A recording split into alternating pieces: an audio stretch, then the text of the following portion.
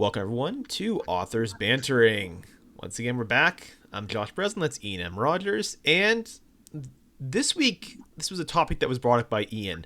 It sounds like you've been dealing with this a bit with some of the people that you've been working with that have had questions about the second novel, their follow up novel. They've already written one, and now they're looking to go into their second novel, but they're finding that it's very, very difficult in comparison to the first. So go over a bit more about that. No, so this is something I think that so one is relevant to me because I'm working on a second novel right now. Yep. But then also I had heard this kind of bit of advice recently or just commentary that the second novel is more difficult than the first, and I was like, really? Do tell. And after I noticed this, it's this phenomenon where I started talking to people who were working on a second novel and were stalled. Something was wrong. They couldn't get off the ground. They couldn't make it past chapter 3, or they were really struggling to make it through to the end of that rough draft, or they maybe had a rough draft and were having trouble with edits. And they just, the energy wasn't there, or they were taking long breaks, or something was wrong. And I started talking to them about why this was, and the troubles that they were having. And I got this impression that for a lot of writers, when they write their first book or when they're planning for their first book or getting excited about the first book, there's a huge amount of passion there. It's a story that's very important to them. It's something that they've devoted a lot of mental energy to. They're very invested in that first book, and they put so much energy to it. And then when it comes time to write a second book and they have another idea, the level of investment or engagement is not quite there. The passion is not there the way it was with the first book, because the first book they put so much into it, and it's really, really hard to invest that. The second reason that I think definitely doesn't get talked about enough is this idea that before you write a book, you're all energy. It's like, okay, I'm gonna roll up my sleeves and I'm gonna do this. I'm gonna write this book. And you don't know really how much effort is going to be involved with drafting and editing and querying and getting it out there and all that stuff. And so you're naively optimistic, for lack of a better term. Mm-hmm. But then once you've been through the trenches with writing that first book and you know how difficult it is, it can be intimidating to start the second book because you know how much effort is involved. You're not naive anymore. You've been through it. And so that kind of fear or awareness of how big the job is can hold a lot of writers back. Fair. And so I've definitely felt that, this idea that having been through it before, I definitely felt, intimidated by starting a second project. I was able to overcome that, I think, through just my dedication to the story and my desire to write another story. It was a hurdle I wanted to overcome. Okay. But I think a lot of writers really have trouble with it.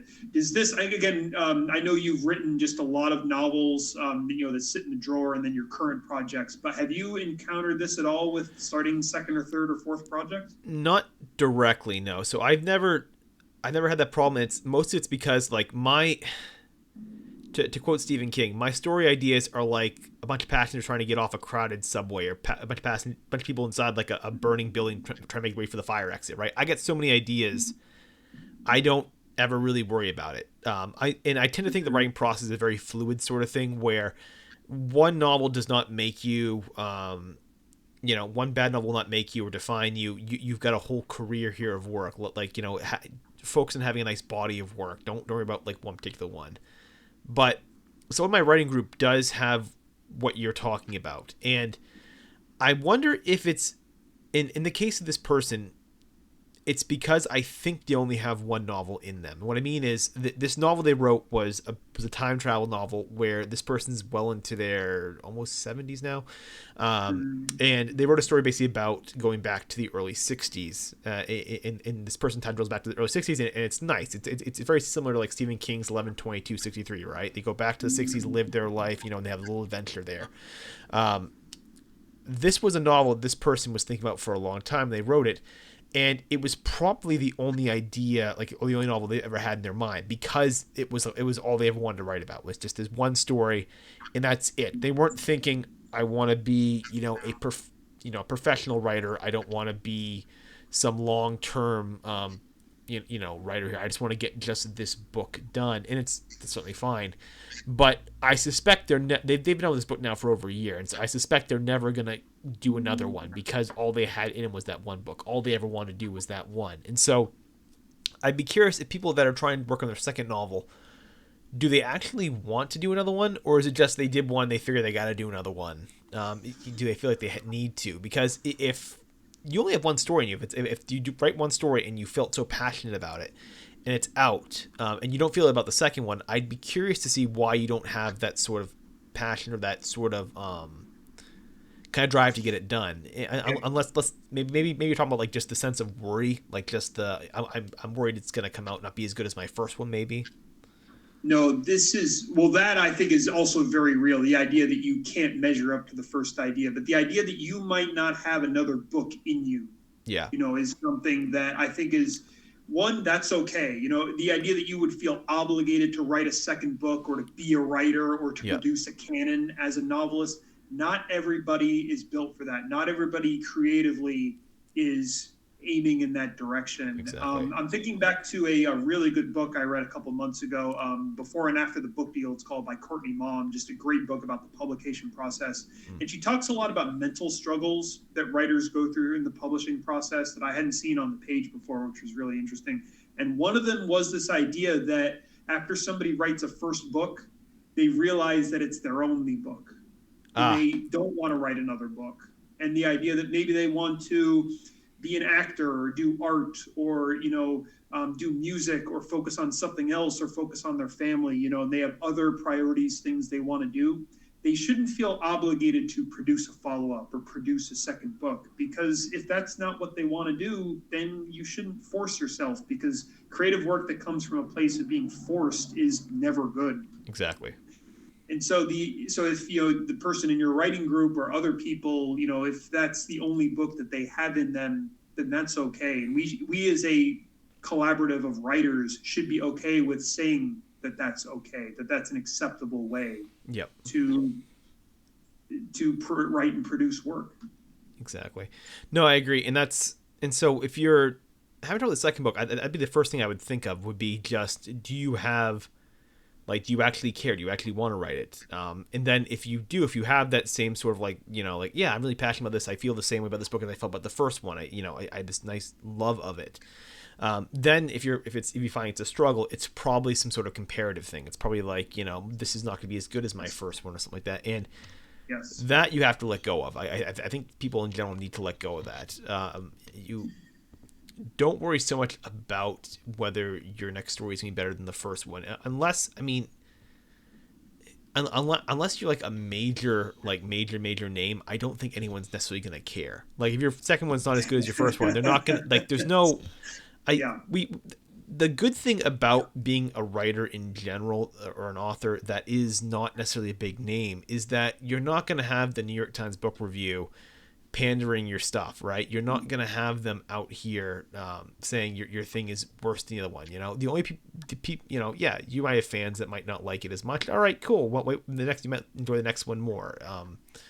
It's very, very, it's not something I'd ever worry about. And there are plenty of authors too that have books that are not as good as like their first ones, or not as the same. Chuck Palahniuk, his books, I feel like everybody likes the first one they read by him, and everything else they read after that one is never going to be as good. So if you start with like Fight Club, nothing else you're going to like as much as Fight Club. If you start with Choke, you're going to like Choke the most. You're not going to, it's the same thing, right? The one about the I think it's the beauty pageant or the.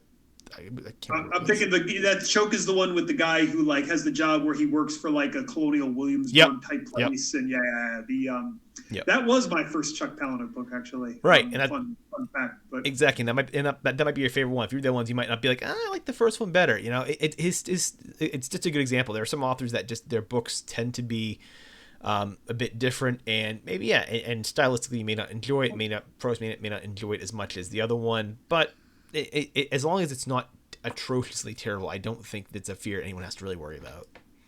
Well, I think one thing, if a writer out there listening is having trouble with this, one thing that you might think about is this idea of, okay, is my second book very similar to my first book, Mm-hmm. or is it very different? Is it different in terms of structure or pacing or tone or Yep. subject matter? And if it's different, of course that's okay. But being different is going to present new challenges where you as a writer have to reinvent yourself. Yeah. Not reinvent yourself, but reinvent your writing style and figure out how to write about this new subject matter, this new tone, this new perspective. You have to teach yourself new tricks. You got really good at writing the first book just by nature of working with it so long, so your skills got better. But with the new book, if you're going in a different direction, again, of course that's okay, but you need to sharpen those skills that are going to be more relevant for the Yes. second book. Exactly. Yep. And that's you're exactly right with that. The skill is going to matter basically, and style and tone might change. And yeah, I wouldn't stress it, but very And if cool. you're working on a book that's very similar to the first book, I think, oftentimes that's easier. But because no two books are exactly identical, there's still going to be challenges there. So There if will be. you find yourself having trouble because of smaller things that are different, Mm-hmm. again, I think it's just a matter of sharpening those skills in writing those new characters, setting up those new scenes, or doing things that are maybe different or that you didn't have as much practice with in the first book. Yes, being exactly right. Yep. Yep. And I mean, when we talk about difference too, right? Are we talking like the main difference really? Like for most authors, I think is voice. Like it's project to project. I feel like your prose will probably be pretty similar because it's you. It's still you. I think voice might be the thing that maybe changes a little bit in the telling of your tale. Like that's probably the biggest variation there. Like if you don't like a certain author, Yeah. what they did with a certain book, it's probably usually because of their voice, unless they did something very stylistically completely different, right? Alan, what's his name? The comic guy there who did did like the Alan Moore. Alan Moore, yeah. Okay. His book about about the history of England or whatever. It's like I can't remember what it's called, but like it's this weird spiraling sort of tale, very stylistically different from anything else he's ever done before. It's like this spiral. It's like this long I think it's like a time travel tale. I didn't get very far into it. It's very very Oh, wow. bizarre sort of story. But yeah, that novel is very very different from what you might have seen from him before. Obviously a bit of a weirder guy in general. Yeah, that's very different. I imagine the fans of his work probably enjoyed it, even if it's very different from what they've seen before. Kind of the same thing.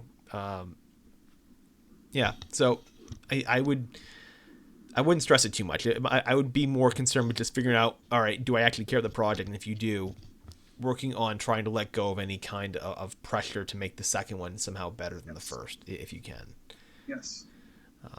And of course, keeping up your good writer habits. Oh yeah. If you write every day, trying to keep that up. If you write on a schedule like I do, trying to Mm-hmm. keep that up. Trying to get back in, especially if you've taken a break between books. I think trying to get back into the habits that served you well for finishing the first book are Yep. really, really going to be to your benefit. Perfect. Great.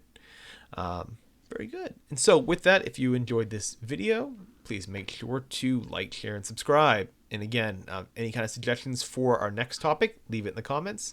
But with that, we'll be signing off here, and we'll see you next week. I'm Josh Breslin, and that's Ian M. Rogers. Take it easy.